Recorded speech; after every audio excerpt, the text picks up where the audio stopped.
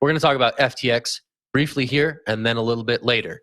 FTX scooped up all of Voyager Digital's assets. Voyager Digital, the crypto lending platform, filed for bankruptcy in July. Sam Bankman-Fried, FTX chief, swooped in, made a bid, and ended up acquiring that stuff. Interesting move.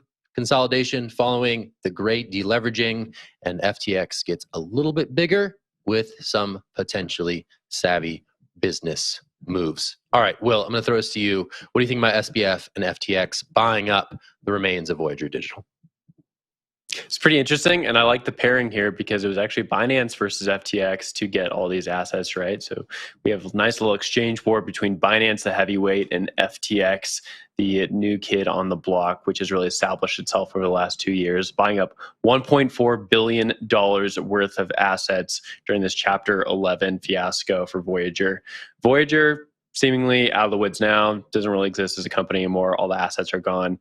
The question now is for clients and customers of Voyager, what are they going to do? And are they going to get some of these assets from this Chapter 11 and from this buyout from Alameda, or should I say FTX rather? Not quite sure, right? FTX and SBF specifically have talked about the need to make customers whole, the need to make a lot of these retail participants have a little bit more Bitcoin in their wallets than they ended up with after this whole fiasco with Voyager going belly up. And I'd like to see what their plan is going out of this. Binance, on the other side, didn't say anything about that, right? They were trying to buy up these assets, and who quite knows what the purpose of that is. And I'm no Chapter 11 expert on this, so I don't know what they're going to do in the end of the day. But I am interested to see if SBF holds true to what his first goal was when he was trying to buy Voyager's assets. Jen, over to you.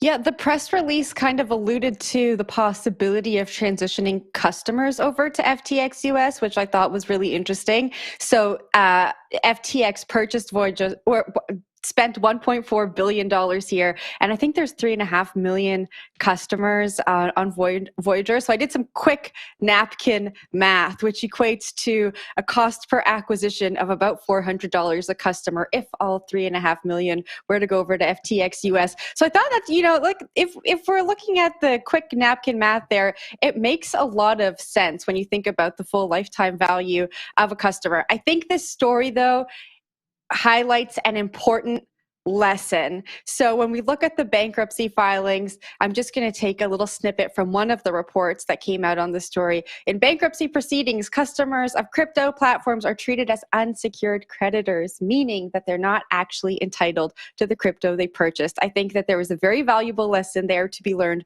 for anyone who is getting into crypto. Understand what you are buying and what you own, and I think we can all learn from this. Zach? Thank you for that math. That was actually really good. And I think that's a good way to look at this whole story, right? Like if this is really about broadening the pie in terms of FTX US's user base, then sure, that's a solid investment.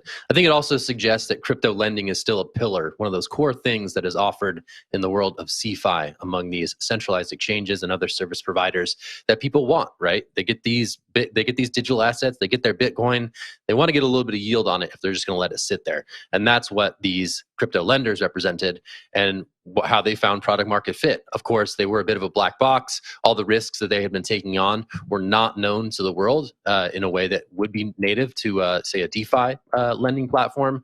And because of those risks that they were taking, they got wrecked bad. And that's why we're seeing this now as another market participant scoops up the remaining assets of Voyager. But it does suggest that some of these companies, they see crypto lending as something that's going to stick around for the long haul as customers get these digital assets and look for some yield that they can take on them as they hold for the long term. Will, just wanted to get your last thoughts on this one before we shift. Yeah, last thought here is that FTX US continues to stay winning. Like, we don't know what's going to happen, right? But this is a nice little end of the whole bull cycle for them. They came into the bull cycle, the new kid. They did really, really well. They have that pairing with Alameda Research. They're able to market make. They're able to scoop up a lot of firms during the bull run and sort of become the de facto place. Oh, I got a fact check coming. And then out of it, they've done really well scooping up Voyager. Who knows what's next for them during this bear lull, this intercycle period where a lot of things get boring. But this certainly will help them set up for the next bull cycle. Probably get some customers in the door who are endeared to them by the fact that they have worked with them And then from there, we don't quite know. Like they might be able to turn around and get some of these assets back on their book. Zach, over to you. No fact check, sir. Just a yes and for all you improv fans out there. Yes, Will, well stated. And some additional FTX news that hit the wire just as we were preparing to go to show.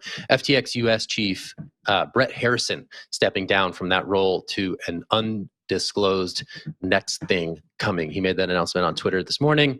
Interesting to see that stepping down happen on this day.